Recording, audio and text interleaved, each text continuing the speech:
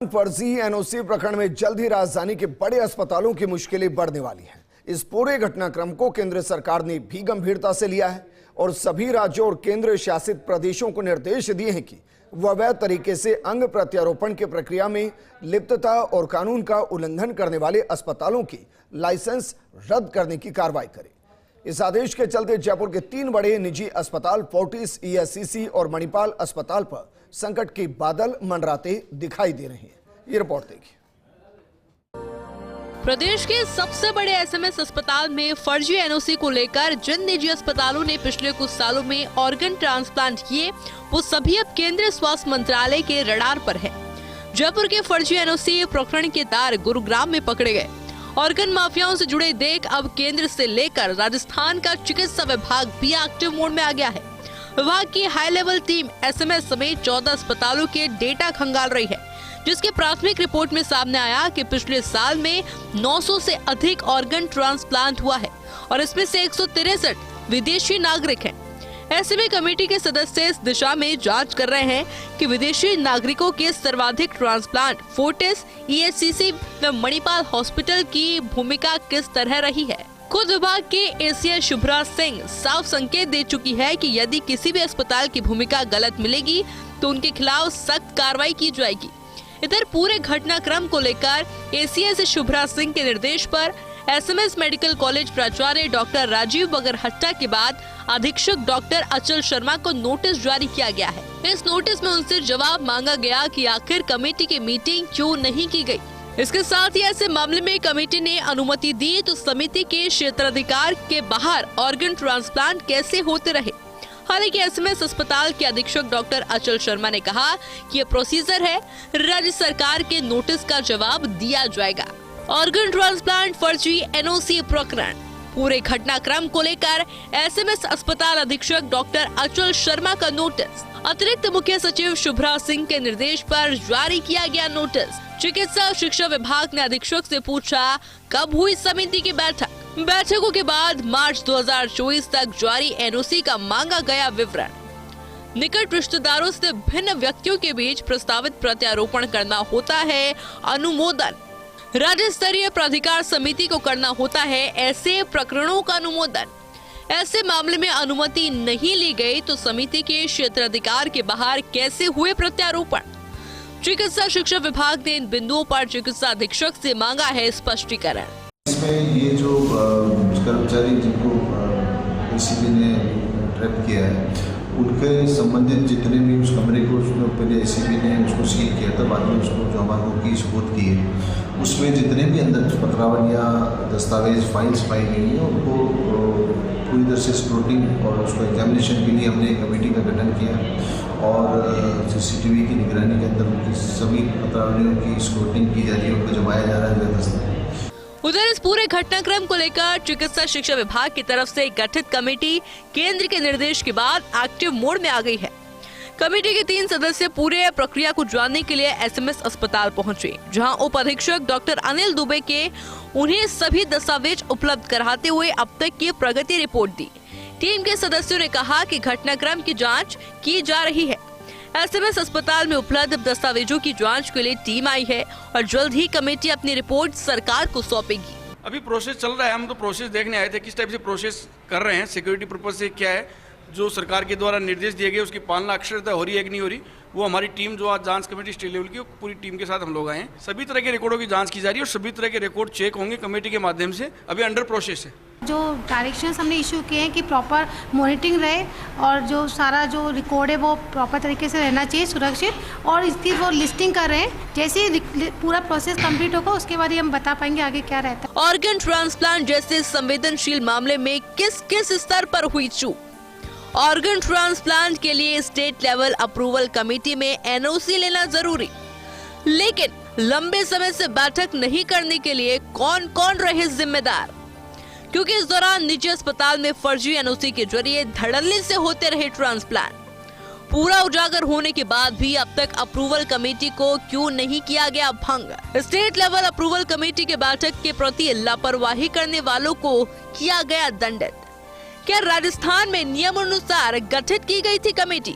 Organ transplant फर्जी NOC प्रकरण में चिकित्सा विभाग के साथ ही एसीबी और पुलिस ने अलग अलग स्तर पर जांच कर रही है, लेकिन सामूहिक प्रयासों की बात की जाए तो इस मामले में उनकी गंभीरता नजर नहीं आ रही। अभी तक एसआईटी के गठन का मामला भी विधिक राय में अटका हुआ है। इतना ही नहीं, जांच कमेटी भी लगातार अतिरिक्त समय की मांग कर रही है। ऐसे में सवाल ये है कि केंद्र की मंशा के अनुरूप जिन अस्पतालों की प्रकरण में लिप्तता सामने आई है, उनके खिलाफ सख्त एक्शन लेने में जांच की लेट लतीफी तो भारी नहीं पड़ेगी। क्या अंगदान के इस जीवनदायिनी मुहिम को बदनाम करने वालों के खिलाफ शुरू की गई जांच में दूध का दूध पानी का पानी हो पाएगा? Vikas Sharma, post India news, Jaipur. ERCB के दौरान कोटा के एबरा गांव के पास काली सिंध नदी पर तैयार हो रहे नोनेरा बैराज का 98% काम पूरा हो गया है। बड़ी बात यह है कि मुख्यमंत्री भजनलाल शर्मा को जल संसाधन विभाग ने 30 जून तक काम पूरा होने का समय दिया था, लेकिन काम समय से पहले ही पूरा होगा। जल संसाधन विभाग ने तो अपना काम समय पर पूरा कर दिया, लेकिन जलदाय विभाग का काम अभी टेंडर्स में ही उलझा है। देखिए फर्स्ट इंडिया की एक खास रिपोर्ट। नोनेरा बैराज तैयार होने के बाद अगस्त-सितंबर में बैराज में पूर्ण क्षमता के साथ पानी भरकर टेस्टिंग होगी। बैराज से औसतन 3,387.25 मिलियन घन मीटर पानी डाइवर्जन किया जाना प्रस्तावित है। प्रोजेक्ट के तहत 98% काम पूरा होने का दावा किया जा रहा है। बड़ी बात यह है कि नोनेरा बांध ईआरसीपी का हार्ट है। यहीं से आगे के जिलों को पानी लिफ्ट किया जाएगा। बांध के सभी 272 गेट तैयार हो चुके हैं। वर्तमान में ऑटोमेशन का काम चल रहा है। बैराज के टॉप पर अप्रोच रोड बनाई जा रही है। ईआरसीपी का हार्ट नोनेरा बैराज तैयार। नोनेरा बैराज का 98% काम पूरा। कोटा जिले के एबरा गांव के पास तैयार बैराज। बैराज के सभी 27 रेडियल गेट भी तैयार। 226.65 MCM क्षमता का बनाया जा रहा बैराज। तय तिथि से पहले पूरा हो जाएगा बैराज का काम। अगस्त-सितंबर में 217 MCM की क्षमता पर होगी टेस्टिंग। 226.65 MCM क्षमता का बनाया जा रहा नोनेरा बैराज। नोनेरा बैराज पर चल रहा ऑटोमेशन का काम। 40 मीटर नॉन ओवरफ्लो पोर्शन और 842 मीटर का मिट्टी का पत्थर तैयार। WRD कोटा के अधीक्षण अभियंता RK जैमिनी ने दी जानकारी। औसतन 3,387.25 मिलियन घन मीटर पानी डाइवर्सन करना प्रस्तावित। मुख्यमंत्री भजनलाल शर्मा और केंद्रीय जल शक्ति मंत्री गजेंद्र सिंह शेखावत ने नोनेरा बैराज का निरीक्षण किया और तब तय हुआ था कि 30 जून तक बैराज तैयार हो जाएगा, लेकिन काम समय से पहले ही पूरे होने की संभावना है। बैराज की कुल भराव क्षमता 226.65 MCM रहेगी, जिसमें से पीएचडी के लिए 54 MCM पानी आरक्षित किया गया है। जल संसाधन विभाग के अधिकारियों की माने तो जलदाय विभाग ने अभी तक काम शुरू नहीं किया। काम शुरू होने के बाद 3 से 4 साल के अंदर लोगों को पानी मिल सकेगा। पीकेसी ईआरसीपी के तहत कोटा के एबरा गांव के पास नोनेरा बांध करीब बनकर तैयार है। ईआरसीपी के अधिकारियों के लिए पहली उपलब्धि कही जा सकती है। मुख्यमंत्री भजनलाल शर्मा और केंद्रीय जल शक्ति मंत्री गजेंद्र सिंह शेखावत के सामने अधिकारियों ने दावा किया था कि 30 जून तक नोनेरा बांध बनकर तैयार हो जाएगा और यह बांध तय तिथि से पहले ही तैयार होगा। बड़ी बात यह है कि यहीं से आगे के बांधों और बैराजों के लिए पानी लिफ्ट किया जाएगा, लेकिन जलदाय विभाग के लिए सोचने वाली बात यह है कि बांध तो तैयार हो जाएगा, यहाँ से करीब 750 गाँवों को पानी भी मिलना था, लेकिन जलदाय विभाग ने अभी तक काम शुरू नहीं किया है। बताया जा रहा है कि उनका मामला अभी टेंडर प्रक्रिया में ही अटका हुआ है। ऐसे में पेयजल के लिए और इंतजार करना पड़ सकता है। कैमरामैन साहिल के साथ Vinod Singh Chauhan, First India news, Jaipur. प्रधानमंत्री मोदी की बांसवाड़ा सभा में दिखा अद्भुत नजारा। बीजेपी प्रदेश अध्यक्ष सीपी जोशी के भाषण से प्रभावित नजर आए प्रधानमंत्री मोदी। भाषण खत्म होने पर प्रधानमंत्री मोदी ने प्रसन्न मुद्रा में थपथपाई सीपी जोशी की पीठ। सीपी जोशी ने भी हाथ जोड़कर जताया प्रधानमंत्री मोदी का आभार। और ये तस्वीर हम आपको दिखा रहे हैं। तस्वीर जरा देखिए, जब प्रधानमंत्री मोदी ने पीठ थपथपाई और उसके बाद प्रदेश अध्यक्ष सीपी जोशी ने हाथ जोड़कर मानो आभार व्यक्त किया, धन्यवाद कहा। राजस्थान में पहले चरण की 12 सीटों के मतदान के बाद अब दूसरे चरण की 13 सीटों के लिए घमासान जारी है। पहले चरण में कम मतदान होने के बाद बीजेपी ने जहां एक तरफ पूरी ताकत अब लगा दी, तो वहीं इन सीटों पर प्रचार के मामले में कांग्रेस थोड़ी सुस्त नजर आ रही है। पहले फेज के चुनाव के बाद कांग्रेस ने अपने प्रचार की रणनीति में बदलाव किया।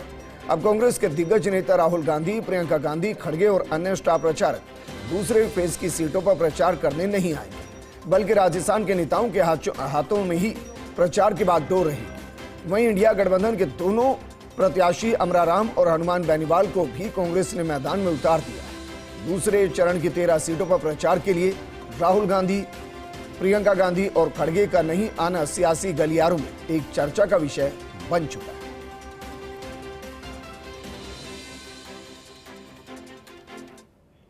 बारां झालावाड़ लोकसभा क्षेत्र से बीजेपी प्रत्याशी दुष्यंत सिंह ने बारां शहर में जनसंपर्क किया। बारां के कृषि उपज मंडी में आयोजित जनसंपर्क सभा को संबोधित किया। इस दौरान उन्होंने कहा कि वो दिन दूर नहीं जब परवन की नहरों के पानी से हमारे क्षेत्र का कृषि उत्पादन 7वें आसमान पर पहुंच जाएगा। जिन क्षेत्रों में सिंचाई के संसाधनों की कमी है, वहां जल संग्रहण की नई योजनाएं बनाई जाएंगी। उन्होंने कहा कि बीते 5 सालों में कांग्रेस सरकार परवन के विस्थापितों के बकाया मुआवजों के निस्तारण तक नहीं कर सकी। इससे पूर्व उन्होंने मंडी के प्रवेश द्वार स्थित मंदिर पर पूजा अर्चना की, साथ ही काठिया बाबा जी के मंदिर में दर्शन भी किए।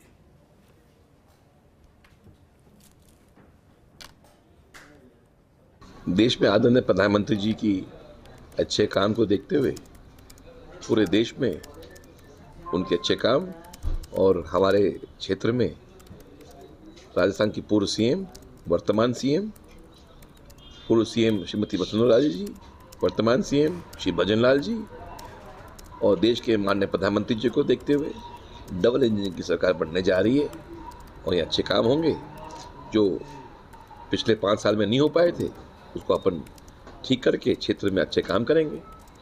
जैसे हर खेत तक पानी पहुँचे, हर व्यक्ति को जनहित का जो लाभ है जो मिलना चाहिए। वहीं झालावाड़ बारां लोकसभा क्षेत्र से कांग्रेस प्रत्याशी उर्मिला जैन भाया का प्रचार प्रसार परवान पर है। पूर्व मंत्री प्रमोद जैन भाया ने झालावाड़ के चौमहला, डग और भवानी मंडी कस्बों में अपने सैकड़ों समर्थकों के साथ जनसंपर्क कर समर्थन जुटाया। प्रमोद जैन भाया ने सांसद दुष्यंत सिंह पर निशाना साधा और कहा कि देश में जहां नागपुर के संतरे, देहरादून के बासमती चावल, सीहोर की शरबती गेहूं को जो शोहरत मिली है, वैसी पहचान हमारे क्षेत्र में पैदा हो रही संतरे, चावल और गेहूं आदि फसलों को नहीं दिला पाए। भाई ने पूर्व मंत्री शांति धारीवाल की तारीफ करते हुए कहा कि धारीवाल जी सांसद बने तब उन्होंने कोटा जिले में गड़े पान इंडस्ट्री डेवलप की थी, लेकिन बारां झालावाड़ में वर्तमान सांसद कोई इंडस्ट्री स्थापित नहीं करवा पाए। के झालावाड़ के भाजपा के नेताओं से पूछना, चाहे गांव आप हर पंचायत के बीजेपी के नेताओं से कसम डाला के पूछो कि कितने लोगों ने वसुंधरा जी का धौलपुर का घर जाके देखा है। जब भाजपा के नेताओं ने उनका घर नहीं देखा तो कार्यकर्ता और आम जनता को किस खेत की मूली। ऐसा है कि ये तो मैंने सभा में भी कहा कि अब चुनाव आ गए, बात करेंगे धर्म की। मैंने दुष्यंत जी को खुली चुनौती दी, वो मंच लगा लें झालावाड़ में, मंच लगा लें बारां में, मैं उनसे बहस करने को तैयार हूँ। उनकी माँ इतनी बार सांसद रही, 2 बार मुख्यमंत्री रही, केंद्रीय मंत्री रही, 4 बार वो सांसद है। उन्होंने झालावाड़ बारां जिले में कितने गरीब परिवार के बच्चों की शादियाँ कराई, उन्होंने कितनी गौशालाएँ खोली, उन्होंने कितने मंदिरों के धार्मिक स्थानों के काम कराए, उन्होंने कितने लोगों के कोटा, जयपुर, बारां में मरीजों की सेवा की हॉस्पिटल में। वो मुझसे बहस कर लें। केवल उन्होंने वोट लेकर अपना रुतबा बढ़ाया और जनता के साथ छलावा किया है। ईसीआई के उप निर्वाचन आयुक्त मनोज कुमार साहू ने वीडियो कॉन्फ्रेंसिंग के जरिए समीक्षा की और ईवीएम के सारे प्रोटोकॉल की पालना करने के निर्देश दिए। उन्होंने कहा कि विशेष तौर पर रिप्लेसमेंट की स्थिति में एसओपी का ध्यान रखना होगा। मनोज कुमार साहू ने राजनीतिक दलों को ईवीएम कमीशनिंग की सूचना देने और उनकी जिज्ञासाओं का तर्कपूर्ण जवाब दिए जाने के निर्देश दिए। समय समय पर राजनीतिक दलों के प्रतिनिधियों और प्रत्याशियों के साथ बैठक करने का भी सुझाव दिया। रिटर्निंग अधिकारियों और जिला पुलिस अधीक्षकों से उनके जिले में logistic arrangement, ballot paper printing, ETBPS की स्थिति, होम वोटिंग, प्रशिक्षण, मतदान दल रवानगी व्यवस्था, आदर्श आचार संहिता, सी विजिल, शिकायत जब्ती की स्थिति की जानकारी ली। बैठक में मुख्य निर्वाचन अधिकारी प्रवीण गुप्ता ने आयोग के उच्च अधिकारियों को प्रदेश में उत्साहपूर्वक चल रही होम वोटिंग, केंद्रीय प्रवेशकों के साथ तालमेल के बारे में जानकारी दी।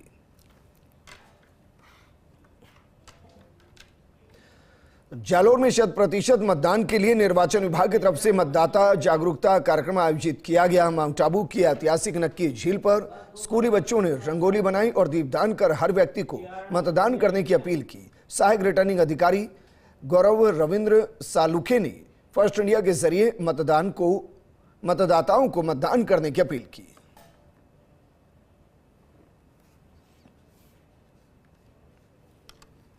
लोकतंत्र का महापर्व है और इस महापर्व को ऐतिहासिक बनाने के लिए निर्वाचन विभाग नित नए कार्यक्रम आयोजित कर मतदाताओं को जागरूक करने का कार्य कर रहे हैं। इस वक्त मैं माउंट आबू के एमके चौराहे पर एक नजारा दिखाना चाहूंगा। जो स्कूली बालिकाएं हैं वो कहीं न कहीं एक मैसेज देने की यहाँ पर कोशिश कर रही है कि मतदान का जो महत्व है, रंगोली के माध्यम से और दीपदान के माध्यम से कहीं न कहीं मैसेज देने की कोशिश की जा रही है कि 26 अप्रैल का दिन होगा, उस दिन युवाओं को खासकर घर से निकलना होगा और अपने मताधिकार का प्रयोग करना होगा, क्योंकि देश की सरकार बनाने का जो अवसर है वो एक अनूठा अवसर इस लोकतंत्र ने दिया है, तो इस अवसर को प्रत्येक व्यक्ति को नहीं चूकना चाहिए। यहाँ पर सहायक रिटर्निंग अधिकारी गौरव रविंद्र सालुखे भी मौजूद है, इनसे भी बात करेंगे। सर, आज के कार्यक्रम को कैसे देखते हैं, क्योंकि जो वोटिंग परसेंटेज कहीं ना कहीं इस बार जो जयपुर में जो मतदान हुए वोटिंग परसेंटेज गिरा है, क्या मानते हैं कि जो सेकंड फेज का मतदान है उसमें परसेंटेज बढ़े? 26 अप्रैल को सेकंड फेज में जालोर सिरोही कॉन्स्टिट्यूएंसी में वोटिंग होगा, तो प्रशासन की पूरी कोशिश है कि किस प्रकार से वोटिंग परसेंटेज बढ़ाया जाए। लास्ट टाइम भी अराउंड 70% यहाँ का वोटिंग था, वो काफी अच्छा था, तो हमारी पूरी कोशिश है कि उसी को मेंटेन करें और उसमें हम इंक्रीज किस प्रकार से किया जाए। तो इसी उपलक्ष्य में आज ये प्रोग्राम अरेंज किया गया था। कई प्रोग्राम्स हम पूरे एरिया में कर रहे हैं। युवा मतदाता हो, बाकी सभी मतदाता हो, इनको हम यही आग्रह कर रहे हैं कि वोटिंग करना हमारा राष्ट्रीय कर्तव्य है। इलेक्शन एक राष्ट्रीय उत्सव है, तो उसमें सभी अपनी भागीदारी दें और अपने कर्तव्य का निर्वहन करें। मेरे साथ यहाँ पर स्कूली बालिका है, इनसे बात करेंगे। क्या मैसेज देना चाहेंगे? आज के दिन आपने रंगोली जो कॉम्पिटिशन बनाई है, क्या मैसेज रहेगा? देखिए, यहाँ पर जो है बालिकाएं यहाँ पर मौजूद हैं, मेरे साथ इनसे बात करने की कोशिश है। क्या मैसेज रहेगा, क्योंकि देश को बनाने का एक अवसर आपको यहाँ पर मिलता है, क्या कहेंगे?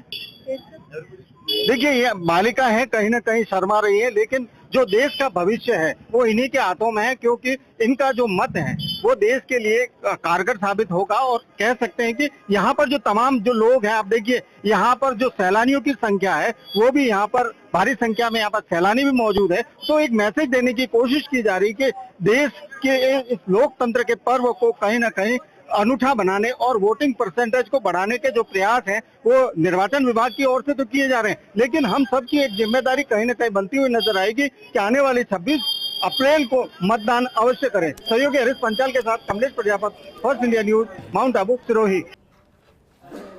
उदयपुर में चुनाव को लेकर जिला निर्वाचन अधिकारी ने सभी तैयारियां पूर्ण कर ली है। जिला निर्वाचन अधिकारी अरविंद पोसवाल ने बताया कि जिले में करीब 2200 से ज्यादा मतदान केंद्र बनाए गए हैं, जिनमें से आधे मतदान केंद्रों पर वेबकास्टिंग की सुविधा रहेगी।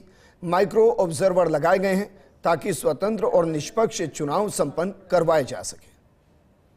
72 के आसपास हमारी एसएससी टीम चली है।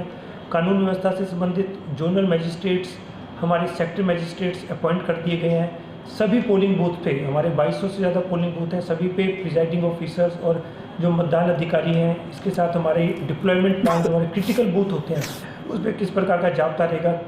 1100 बूथ में वेबकास्टिंग करवा रहे हैं। इतनी संख्या में हमारे जो है वीडियोग्राफर, माइक्रो ऑब्जर्वर भी रहेंगे, तो सभी प्रकार की व्यवस्थाएं चाक चौबंद है और बिल्कुल निष्पक्ष, शांतिप्रिय और ढंग से जो है मुझे पूरी उम्मीद है कि उदयपुर लोकसभा में चुनाव संपन्न होगा।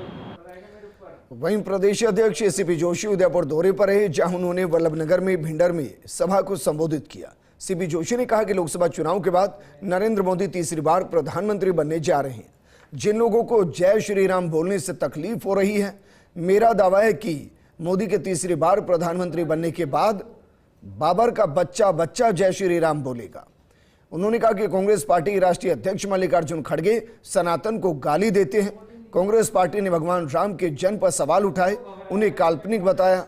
आने वाले 26 तारीख को बीजेपी को वोट देकर ऐसी सोच रखने वालों को दफन करना है। सभा में प्रदेश प्रभारी अरुण सिंह, मंत्री झावर सिंह खर्रा भी मौजूद रहे। इस मौके पर अरुण सिंह ने कहा कि पूरे प्रदेश में प्रधानमंत्री नरेंद्र मोदी की लहर चल रही है। राजस्थान के सभी 25 सीटों पर बीजेपी के प्रत्याशी जीत दर्ज करेंगे। की चाल है, विपक्ष आपस में जाति धर्म में बांटने का काम कर रही है। सभी समाज आज मोदी जी के साथ खड़ा है। सबको गर्व होता है कि राम मंदिर बना है, बाबा विश्वनाथ का कॉरिडोर वहाँ बना है, देश का उत्थान हो रहा है, देश का मान सम्मान गौरव बढ़ा है। अगर मोदी जी देश का मान सम्मान और गौरव बढ़ाने का काम किए तो सभी समाज को उस पर गर्वान्वित होते हैं और तभी तो सब मोदी जी के साथ खड़े हैं। पहले चरण में क्या लग रहा है? सभी सीटें जीतेंगे, तो बड़े मार्जिन से जीतेंगे। या आप देखिए, कांग्रेस क्योंकि हार चुकी है इसलिए कुछ कारण ढूंढ रही है, कभी ईवीएम ढूंढ रही है, अभी वो देख रहे क्योंकि उनके कई टेबल नहीं लगे, लोग घर से निकले नहीं, वो जानते हो कि उनके लोग हार रहे हैं। स्पष्ट रूप से कहा कि अकबर महान है और वीर शिरोमणि महाराणा प्रताप ने अपनी माटी के लिए या हिंदू मुस्लिम युद्ध नहीं होके वो सत्ता के लिए युद्ध लड़ा था। शायद वो भूल गए, अगर सत्ता के लिए लड़ते तो वो कभी भी समझौता कर लेते, लेकिन उन्होंने कभी पराधीनता स्वीकार नहीं की, संघर्ष किया, लेकिन मुगलों के हाथों मेवाड़ को कभी नहीं दिया, कभी पराधीन नहीं होने दिया, स्वाधीनता के लिए सब कुछ कर दिया। लेकिन कांग्रेस ने हमेशा अकबर को महान माना है। आज भारतीय जनता पार्टी का शासन आते ही हमारे बच्चे पाठ्यपुस्तकों में महाराणा प्रताप की गौरव गाथाएं सुन रहे हैं। इनके प्रदेश अध्यक्ष अकबर को महान मानते हैं, इनके राष्ट्रीय अध्यक्ष सनातन को डेंगू मलेरिया मानते हैं, राष्ट्रीय अध्यक्ष के बेटे उससे भी आगे हैं। तो इसका जवाब जनता 26 तारीख को देगी। जोधपुर लोकसभा क्षेत्र से कांग्रेस उम्मीदवार करण सिंह उचियाड़ा जनसंपर्क अभियान में जुटे हैं और इसी कड़ी में करण सिंह उचियाड़ा ने जनसंपर्क अभियान के तहत विभिन्न समाजों की मीटिंग में भाग लिया। उन्होंने राजीव गांधी कच्ची बस्ती, K colony, Chopasni housing board sector 19 और सरदारपुरा सामुदायिक भवन में सिंधी समाज की मीटिंग में भाग लिया। उन्होंने सरदारपुरा स्थित गुरुद्वारे गुरु नानक साहिब के श्री चरणों में मत्था टेक कर आशीर्वाद लिया। इसके अलावा उचियाड़ा ब्रह्म ऋषि श्री 1008 श्री खेतेश्वर महाराज के 112वें जयंती कल्याणक महोत्सव में शामिल हुए। समाज की मीटिंग में घांची समाज, बसेट धोबी समाज, सरगरा समाज, मेघवाल समाज, जाट समाज, कायस्थ समाज प्रमुख रूप से शामिल है। जोधपुर प्रत्याशी करण सिंह उचियाड़ा ने जनसभाओं को संबोधित करते हुए कहा कि संसदीय क्षेत्र का चहुमुखी विकास ही जनसेवा का मूल मंत्र होना चाहिए। पूर्व मुख्यमंत्री अशोक गहलोत के कार्यकाल में गरीब को गणेश मानकर जनहित में चलाई गई योजनाएं ठंडे बस्ते में चली गई, जो कि चिंतनीय है। उचियाड़ा ने कांग्रेस के पक्ष में मतदान कर समर्थन देने की अपील की। ब्रेक के बाद आपका स्वागत है। जयपुर के जगतपुरा में इन दिनों भूमाफिया खुलकर अवैध निर्माण करने में लगे हैं। हालात यह है कि रेरा से रजिस्ट्रेशन निरस्त होने के बावजूद जेडीए के जोन 9 में 2 बीघा के प्रोजेक्ट में बिना जेडीए परमिशन नक्शे अप्रूव्ड के जमकर कार्य किए जा रहे हैं। मामले में स्थानीय निवासियों ने जेडीए अधिकारियों को मामले की शिकायत कई बार दी है, लेकिन जगदीश कायत और उनके साथी विवादित जमीन पर खुलकर निर्माण कर रहे हैं। आपको बता दें कि पूर्व में जगदीश कायत और उनके साथियों ने रेरा में गलत जानकारी देकर रामनाथ एनक्लेव के नाम से 2 बीघा में प्रोजेक्ट रजिस्टर्ड करवा लिया था। मामले में रेरा को शिकायत मिलने के तुरंत बाद प्रोजेक्ट को निरस्त किया गया। मामले को लेकर रामनगरिया थाने में भी मुकदमा दर्ज करवा दिया गया, जिसकी जांच पुलिस कर रही है। लोकसभा चुनाव 2024 में प्रदेश में अब तक दोनों चरणों में रिकॉर्ड 97.64% मतदान हुआ है। पंजीकृत कुल बुजुर्गों में से 97.57% मतदान किया गया। दिव्यांगों का मतदान प्रतिशत भी 97% से ज्यादा है। राजस्थान में 85 वर्ष और उससे ज्यादा के वरिष्ठ नागरिकों और 40% से ज्यादा दिव्यांगों को दी होम वोटिंग की सुविधा को हाथों हाथ लिया जा रहा है। सभी 25 लोकसभा निर्वाचन क्षेत्रों में अब तक 73,248 वोटर्स ने मतदान किया। इनमें 56,284 बुजुर्ग और 16,964 दिव्यांग मतदाता शामिल हैं। 1050 मतदाताओं की मृत्यु होने और 1770 मतदाताओं के अनुपस्थिति होने की वजह से मतदान नहीं कर सके। अब निर्वाचन विभाग इस जुगत में है कि 26 अप्रैल को दूसरे चरण के मतदान के दौरान भी आम मतदाता का यही उत्साह देखने को मिले।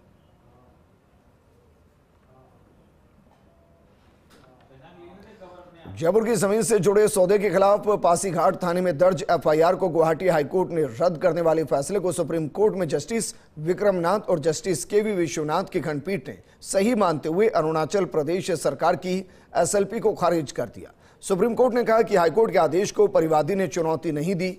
अरुणाचल प्रदेश सरकार ने अपने स्तर पर ही इसे चुनौती दी, जबकि मामला आपसी लेन देन से संबंधित था।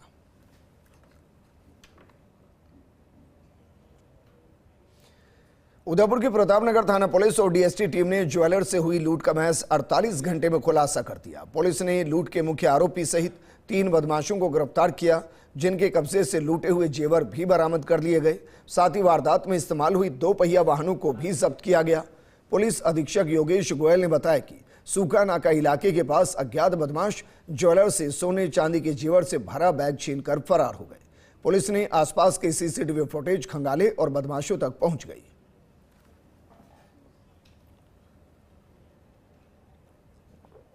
और घटना की गंभीरता के मद्देनजर ब्यूरो ऑफ सिटी के नेतृत्व में एक टीम गठित की गई, जिसमें डीएसटी उदयपुर और उसमें कुछ लड़कों ने बड़ी सूझबूझ और मेहनत से कार्य करते हुए 4 आरोपियों को तुरंत नामजद किया और नामजद करके 4 आरोपियों को पकड़ने में कामयाबी हासिल की और पकड़ने के साथ साथ जो संपूर्ण माल जो लूटा गया था उसको भी बरामद किया।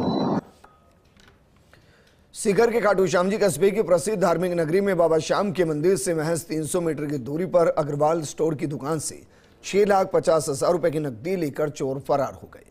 पुलिस ने जानकारी मिली और जानकारी के मुताबिक मुख्य बाजार बाबा श्याम के दर्शन निकास मार्ग के सामने अग्रवाल स्टोर की दुकान की छत के ऊपर से होते हुए दुकान में चोरों ने प्रवेश किया और गले में रखे हुए 6.5 लाख रुपए की नकदी लेकर चोर फरार हो गए। पुलिस ने सीसीटीवी फुटेज के आधार पर चोरी के आरोपियों की तलाश शुरू कर दी है। मुख्य बाजार में चोरी की वारदात होने से सभी व्यापारी दहशत का माहौल उनमें बना हुआ है। हालांकि चोरों ने अग्रवाल स्टोर की दुकान से किसी भी सामान को हाथ नहीं लगाया और गले में रखी नकदी पर हाथ साफ किया। पुलिस सभी पहलुओं को लेकर जांच कर रही है।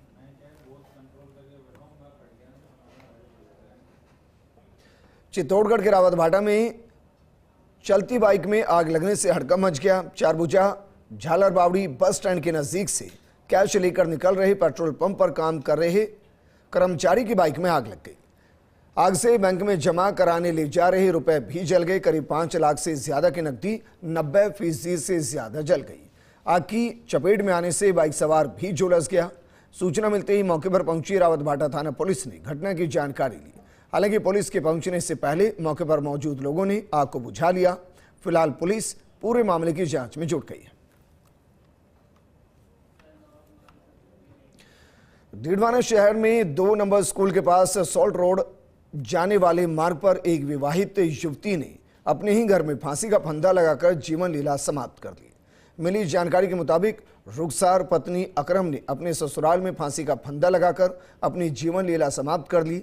घटना की जानकारी मिलते ही परिजन रुखसार को लेकर अस्पताल पहुंचे, जहां डॉक्टर्स ने विवाहित युवती को मृत घोषित कर दिया। हमारी को सूचना मिली कि साल्ट रोड पे किसी ने सुसाइड कर लिया, जिस पे मौके पे पहुंचे थे। मौका देखा तो बॉडी उतारी हुई थी, जिसको हॉस्पिटल पहुंचा दिया गया है। जिसमें वहाँ डॉक्टर से बात की तो उन्होंने कहा कि हैंगिंग केस है। हम मौके पे आए हैं, हमने पूरा मौका देख लिया है। सुसाइड नोट भी हमने तलाशा है, अभी मिला नहीं है। हमने रूम को लॉक करवा दिया है, बाद में इसको तलाशेंगे तसल्ली से। जो भी कारण होंगे उनकी गहनता से जांच की जाएगी और जैसी भी रिपोर्ट प्राप्त होगी उस पर कार्रवाई अमल में लाई जाएगी। आगे बढ़ते हैं। विश्व पृथ्वी दिवस को लेकर कई संगठन जागरूकता अभियान चला रहे हैं और इसी दिवस को लेकर बच्चों में जागरूकता पैदा करना और हमारी पृथ्वी को संरक्षित कैसे करें इसकी जानकारी बचपन से ही मिलना आज बेहद आवश्यक हो गया है। इसी कड़ी में पृथ्वी दिवस पर जयपुर के मालवीय नगर स्थित सेंट एंसलम स्कूल में विश्व पृथ्वी दिवस मनाया गया, जिसमें नन्हे मुन्ने स्टूडेंट्स ने पौधारोपण कर विश्व पृथ्वी दिवस का संदेश दिया।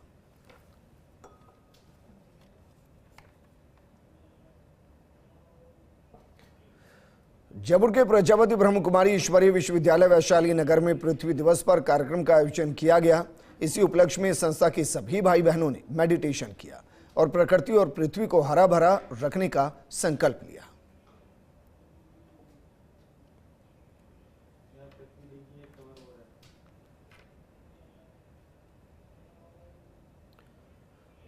तो विश्व पृथ्वी दिवस के मौके पर राजधानी जयपुर में नाहरगढ़ बायोलॉजिकल पार्क में स्कूली बच्चों को निःशुल्क भ्रमण करवाया गया। डीसीएफ जगदीश गुप्ता की मौजूदगी में इस साल की विश्व पृथ्वी दिवस की थीम प्लेनेट बनाम प्लास्टिक को लेकर स्कूली बच्चों के बीच क्विज, निबंध लेखन और चित्रकला प्रतियोगिता आयोजित करवाई गई। गोल्डन ईरा स्कूल के 184 बच्चों का भ्रमण करवाया गया। डीसीएफ जगदीश गुप्ता ने बताया कि पृथ्वी को प्लास्टिक मुक्त रखना हमारी साझी जिम्मेदारी है। बच्चों को विभिन्न प्रतियोगिता और पार्क भ्रमण के जरिए ये समझाने के प्रयास किए गए हैं कि पृथ्वी को प्रदूषण और प्लास्टिक मुक्त रखेंगे तभी भविष्य सुरक्षित रहेगा। पार्क में स्वच्छता अभियान भी चलाया गया। पार्क में पर्यटकों द्वारा अनजाने में लाए गए प्लास्टिक पाउच और अन्य प्लास्टिक सामग्री को हटाया गया।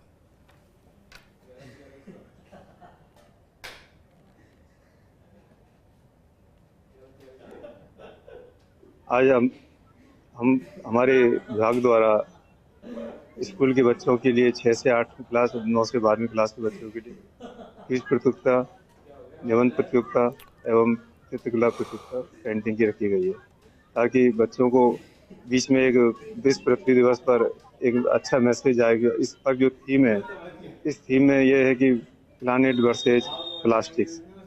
आज के इस भागोमार की जिंदगी में अधिक से अधिक उपयोग प्लास्टिक का लोग हमारे द्वारा किया जाता है। हम लोग गोल्डन एरा एकेडमी स्कूल से अपने बच्चों को विजिट कराने के लिए लेकर आए हैं। यहाँ के अंदर हम लोग बच्चों को पक्षियों के बारे में, जानवरों के बारे में बताया जाएगा, जिसको देखने के लिए हम स्कूल से 184 स्टूडेंट्स को यहाँ पर विजिट कराने के लिए लेकर आए हैं। विश्व पृथ्वी दिवस पर जयपुर ग्रेटर नगर निगम की तरफ से पिक द प्लास्टिक महाअभियान चलाया जा रहा है, जिसके चलते सभी जलाशयों से प्लास्टिक निकालने का कार्य निगम की तरफ से किया जा रहा है। निगम के सभी 7 जोन की टीम पूरी मुस्तैदी के साथ इस कार्य में जुटी हुई है। लेकिन बड़ा सवाल यह है कि अगर निगम की तरफ से इस तरह के कार्यक्रम साल भर तक चलाए जाएं तो प्लास्टिक प्रदूषण पर काफी हद तक रोक लगाई जा सकती है। विश्व पृथ्वी दिवस पर ग्रेटर निगम की कमिश्नर रुक्मणी रियाड़ ने भी आमजन से पिक द प्लास्टिक अभियान में भाग लेने की अपील की। देखने वाली बात यह है कि पिक द प्लास्टिक अभियान के जरिए निगम की टीमें कितना प्लास्टिक साफ कर पाती है, या फिर पहले की तरह यह अभियान भी महज खाना पूर्ति बनकर रह जाएगा। हम लगातार प्रयास कर रहे हैं कि नगर निगम अपने द्वारा किए गए कार्यों में स्वच्छता को प्राथमिकता दे। आपसे भी अनुरोध है कि वर्ल्ड अर्थ डे पे आप नगर निगम का सहयोग करें, ताकि हम जयपुर की जो रौनक है, जयपुर की जो छवि है, उसको और सुदृढ़ बना सकें। आज प्रत्येक जोन में सफाई व्यवस्था को सुधारने के लिए लिटर पिकिंग का कार्य किया जा रहा है। गार्डन्स में, सड़कों पे, पानी की जो हमारी वाटर बॉडीज हैं उनको भी सफाई करने के लिए हमारी टीम्स जो है लगातार काम कर रही हैं। चूरू जिले के सिद्धपीठ सालासर बालाजी धाम में चैत्र पूर्णिमा पर लगने वाले मेले में इस बार भीड़ कम देखने को मिल रही है। वहीं इस बार मंगलवार को पूर्णिमा होने की वजह से हनुमान जन्मोत्सव को लेकर श्रद्धालु में खासा उत्साह भी देखने को मिल रहा है। गत 2 दिन से लोगों ने बाबा के दरबार में शीश झुकाकर देश और प्रदेश में खुशहाली की कामना की। हनुमान सेवा समिति के मांगीलाल पुजारी ने बताया कि 2 दिन में लाखों भक्तों ने बाबा के दर्शन किए हैं। भीड़ को देखते हुए सुबह 4 बजे ही मंदिर के पट खोल दिए गए थे। वहीं श्रद्धालुओं के लिए 5 लाख पानी के पाउच तैयार किए गए। मेले में निगरानी के लिए 140 सीसीटीवी कैमरे, 60 कैमरे समिति में और 80 कैमरे मंदिर परिसर में सुरक्षा की दृष्टि से लगाए गए। वहीं 200 निजी सुरक्षा गार्ड भी मेला ग्राउंड में लगाए गए हैं। समिति के मांगीलाल पुजारी ने बताया कि मंगलवार और पूर्णिमा का विशेष संयोग होने के कारण इस बार बाबा के दरबार में श्रद्धालुओं की काफी भीड़ रहने की संभावना है। वहीं मंदिर परिसर में बच्चों के झड़ूला मुंडन संस्कार भी देखने को मिले। वहीं सालों से चली आ रही परंपरा मन्नत का नारियल बांधने की परंपरा का निर्वहन करते हुए दिखाई दिए। कहते हैं मनोकामना का नारियल बांधने से सालासर बालाजी भक्तों की मनोकामना पूरी करते हैं। के द्वारा हनुमान जयंती के उपलक्ष्य में सुरक्षा व्यवस्थाओं को चाक चौबंद कर दिया गया है। सुरक्षा व्यवस्था के मद्देनजर सीसीटीवी और ड्रोन की व्यवस्था की गई है, ताकि पूरा जो सर्विलांस है वो रखा जाए और स्पेशली जो जेब कतरे, चेन स्नैचिंग जैसी घटनाएं जो यहाँ आती रहती है उसके लिए कंट्रोल रूम स्थापित किया गया है और सिविल के अंदर भी जाब्ता रखा गया है जो उनको मॉनिटर करेगा और इस प्रकार की गतिविधियां हैं उसको रोकेगा। जो हनुमान जन्मोत्सव का कल मेला है बालाजी में 3 दिन का मेला लगता है, इसमें लोग अपने जात जड़ूले और बालाजी महाराज के भोग लगाने आते हैं। बहुत दूर दूर से लोग आते हैं, हरियाणा, पंजाब, दिल्ली से पैदल यात्री खूब आते हैं इसमें। और जैसे यहाँ पर बालाजी महाराज के नारियल बांधा जाता है मनोकामना का, तो उस नारियल जो बालाजी महाराज को खोल के अपनी मनोकामना डायरेक्ट बांध दो, कोई बीच में नहीं, सीधा बांध दो और खोलना भी नहीं होता नारियल यहाँ पर। तो जैसे बाला गोंदा जी महाराज धुना है जो 270 साल से कंटिन्यू प्रज्वलित है। आगे बढ़ते हैं खबर करौली से, जहां चैनपुर स्थित ब्रह्म ऋषि आश्रम पर मंगलवार को हनुमान जयंती पर विशाल भंडारा होगा। चैनपुर स्थित ब्रह्म ऋषि आश्रम में महामंडलेश्वर संत भगवान दास के सानिध्य में राम कथा और 9 दिवसीय मारुति यज्ञ का आयोजन हो रहा था, जिसके समापन पर भंडारे का आयोजन किया जा रहा है। संत भगवान दास ने श्रद्धालुओं से भंडारे में प्रसादी पाने की अपील की। विशाल भंडारे के लिए बड़े स्तर पर तैयारियां की जा रही हैं। 14 अप्रैल से चल रहा था और उसमें हमने सुबह जो है रामायण के नवापरायण के हिसाब से 9 रामायण का पाठ रखा ब्राह्मणों के द्वारा। फिर इसके बाद में 9 बजे से 12 बजे तक रोज़ हवन करवाया 9 यजमानों के द्वारा। फिर इसके बाद में 2 बजे से 5 बजे तक जो है ना कथा, राम कथा चली। अब कल जो है ना विशाल भंडारा है।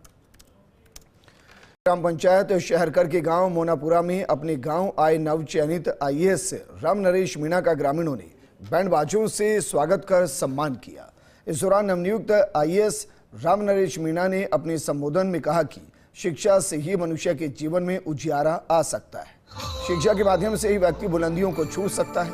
स्वागत समारोह के दौरान मंच संचालन कर रहे वरिष्ठ अध्यापक राजन मीणा ने बताया कि इस बार आदिवासी समुदाय के 31 अभ्यर्थियों का आईएएस में चयन हुआ है। इस मौके पर केशव विद्या मंदिर और विनायक कॉलेज में पढ़कर आईएएस बने राम नरेश मीणा का सम्मान करते हुए केशव विद्या मंदिर के व्यवस्थापक हेमंत नांगलोत और विनायक कॉलेज महवा के डायरेक्टर डॉक्टर तेजराम मीणा ने कहा कि भगवान ने हम सबको समान रूप से दिमाग दिया है, लेकिन उसका इस्तेमाल करना हमारे ऊपर निर्भर करता है। सम्मान समारोह में बोलते हुए वरिष्ठ अध्यापक राजन मीणा ने कहा कि कार्य के प्रति लगन रखोगे तो आपको अवश्य सफलता मिलेगी। इस अवसर पर पूर्व सरपंच और क्रय विक्रय सहकारी समिति के अध्यक्ष घोटियाराम मीणा, पूर्व सरपंच प्रतिनिधि भरतलाल मीणा, सामाजिक कार्यकर्ता अभिषेक नारेड़ा सहित सैकड़ों ग्रामीण मौजूद रहे। राजसमंद में एक दिल दहला देने वाली वारदात सामने आई, जहां कर्ज से परेशान एक व्यक्ति ने पहले अपनी पत्नी को फंदा लगाकर गला घोटकर मार डाला और बाद में खुद भी फांसी पर लटक गया। सूचना पर पहुंची कांगरोली थाना पुलिस ने दोनों शव को आरके अस्पताल के मोर्चे में रखवा दिया। पुलिस के मुताबिक नया बाजार तेली मोहल्ला निवासी जसवंत कुमार तेली ने मरने से पहले सोशल मीडिया पर सुसाइड नोट जारी किया और वीडियो बनाकर मरने की जानकारी दी। उसने बताया कि कोरोना काल के बाद से ही वो कर्ज से परेशान था और लगातार कर्ज बढ़ता ही जा रहा था, जिसके बाद उसने एक कदम उठाया। सुसाइड नोट में पत्नी को मारने की बात उसने लिखी है। मैसेज और वीडियो देखने के बाद जब परिजन और रिश्तेदार जसवंत के घर पहुंचे तो उसकी पत्नी हेमलता जमीन पर मृत मिली। वहीं जसवंत का शव फंदे पर लटक रहा था। एसपी मनीष त्रिपाठी, एएसपी महेंद्र पारीक समेत आला अधिकारियों ने मौका मुआयना किया।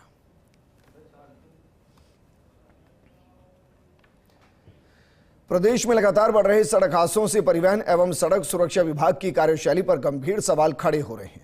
भारी भरकम बजट उपलब्ध होने के बाद भी विभाग प्रदेश में सड़क दुर्घटनाओं की संख्या कम नहीं कर पा रहा। ये रिपोर्ट देखिए। देश प्रदेश में हर वर्ष सड़क हादसों में बड़ी संख्या में लोग अपनी जान गंवा देते हैं। सड़क एवं परिवहन मंत्रालय के आंकड़ों के अनुसार साल 2022 में देश में 4,61,312 सड़क दुर्घटनाएं हुई, जिनमें 1,68,000 से अधिक लोगों की मौत हो गई। सड़क हादसों और इनमें जान गंवाने वाले लोगों की सूची में राजस्थान प्रमुख राज्यों में शामिल है। पिछली सरकार में सड़क हादसों को कम करने की पहल करते हुए परिवहन विभाग का नाम बदलकर परिवहन एवं सड़क सुरक्षा विभाग किया गया था, लेकिन पुरानी सरकार और अब नई सरकार में सड़क हादसों को कम करने की पहल विभाग का नाम बदलने तक ही सीमित रह गई है। परिवहन एवं सड़क सुरक्षा विभाग का फोकस सिर्फ और सिर्फ राजस्व जुटाने पर है। प्रदेश में सड़क हादसों को कम करने के लिए विभाग के स्तर पर कोई गंभीरता नहीं दिख रही है। परिवहन विभाग के बड़े बड़े अधिकारियों की रोज होने वाली बैठकों में सड़क सुरक्षा का एजेंडा तक शामिल नहीं किया जाता। बीते कुछ महीनों से विभाग और अधिकारियों का पूरा ध्यान सिर्फ एक राजस्व लक्ष्य तक पहुंचना है। हालांकि सड़क सुरक्षा के नाम पर परिवहन विभाग कुछ अभियान चलाकर खाना पूर्ति जरूर पूरी कर लेता है, लेकिन इन अभियानों में अवैध वाहनों पर कितनी कार्रवाई हुई, इसकी मॉनिटरिंग तक विभाग नहीं करता है। प्रदेश में बीते 2 दिनों में झालावाड़ और दौसा में हुए सड़क हादसों ने सभी को झकझोर दिया, लेकिन परिवहन विभाग की रोड सेफ्टी टीम के अधिकारियों की नींद अभी तक नहीं टूटी है। दोनों हादसों में 1 दर्जन से अधिक लोगों की मौत के बाद भी मुख्यालय से इन हादसों की जांच के लिए कोई टीम मौके पर नहीं गई है। विभाग की लापरवाही का अंदाजा इसी बात से लगाया जा सकता है कि विभाग के ही आंकड़ों के अनुसार 80% हादसे ड्राइवर की लापरवाही से होते हैं। इसके बाद भी प्रदेश में ड्राइवरों को ट्रेनिंग नहीं दी जा रही है। परिवहन विभाग की सड़क सुरक्षा शाखा में भारी भरकम फीस खर्च करने के बाद कंसल्टेंट रखे हुए हैं, लेकिन इनका काम सिर्फ टाइम पास करना रह गया है। इनके चयन में भी पारदर्शिता नहीं है। प्रदेश में सड़क हादसों में कमी नहीं आने का एक बड़ा कारण अधिकारियों की इच्छा शक्ति में कमी होना भी है। रोड सेफ्टी सेल इस बारे में मिशन मोड पर प्रयास ही नहीं कर रही है। अब आपको बताते हैं कि आखिर परिवहन एवं सड़क सुरक्षा विभाग से कहां चूक हो रही है। परिवहन एवं सड़क सुरक्षा विभाग का अधिक फोकस राजस्व जुटाने पर है। सड़क हादसों को कम करने के लिए अधिक गंभीरता नहीं है। सड़क सुरक्षा शाखा में वर्षों से पुराने अधिकारी कर्मचारी काबिज हैं। इन्हें बदलने के लिए विभाग तैयार नहीं है। सड़क सुरक्षा निधि जो कि 100 करोड़ है, उसका सही प्रयोग नहीं किया जा रहा है। अवैध और डग्गा मार वाहनों पर विभाग दिखावी कार्रवाई करता है। जयपुर जैसे शहर में ही अवैध वाहनों की भरमार है। नियमों के बाद भी हैवी ड्राइविंग लाइसेंस के नवीनीकरण के लिए रिफ्रेशर कोर्स आयोजित नहीं हो रहे। बिना फिटनेस सेंटरों पर जाए खटारा वाहनों की फिटनेस जारी हो रही है। परिवहन विभाग के अधिकारियों को जब तक यह समझ नहीं आएगा कि किसी भी व्यक्ति की जान से बड़ा राजस्व लक्ष्य नहीं है, तब तक प्रदेश में सड़क दुर्घटनाओं में कमी नहीं आएगी। क्योंकि परिवहन विभाग का इस समय सिर्फ एकमात्र एजेंडा है और वो एजेंडा है राजस्व जुटाना। कैमरामैन राकेश के साथ Shivendra Pratap Singh Parmar, first India news, Jaipur. Jalore Sirohi Lok Sabha seat से कांग्रेस प्रत्याशी वैभव गहलोत के समर्थन में पूर्व मुख्यमंत्री अशोक गहलोत ने प्रचार प्रसार किया। उन्होंने माउंट आबू में रोड शो कर जनसभा को संबोधित किया। इस दौरान कहा कि कांग्रेस की गारंटी इस बार मतदान को अपने पक्ष में करने के लिए आगे बढ़ रही है। वहीं बीजेपी सरकार पर भी कई आरोप लगाए। इस मौके पर संवाददाता कमलेश प्रजापति ने पूर्व मुख्यमंत्री अशोक गहलोत से खास बातचीत की। आप भी सुनिए।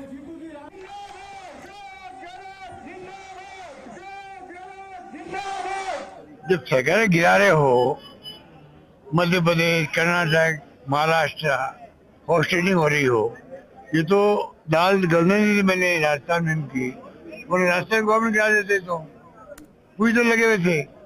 तो आप सोच सकते हो कि किस दिशा मुड़ जा रहा है, कोई नहीं जानता है।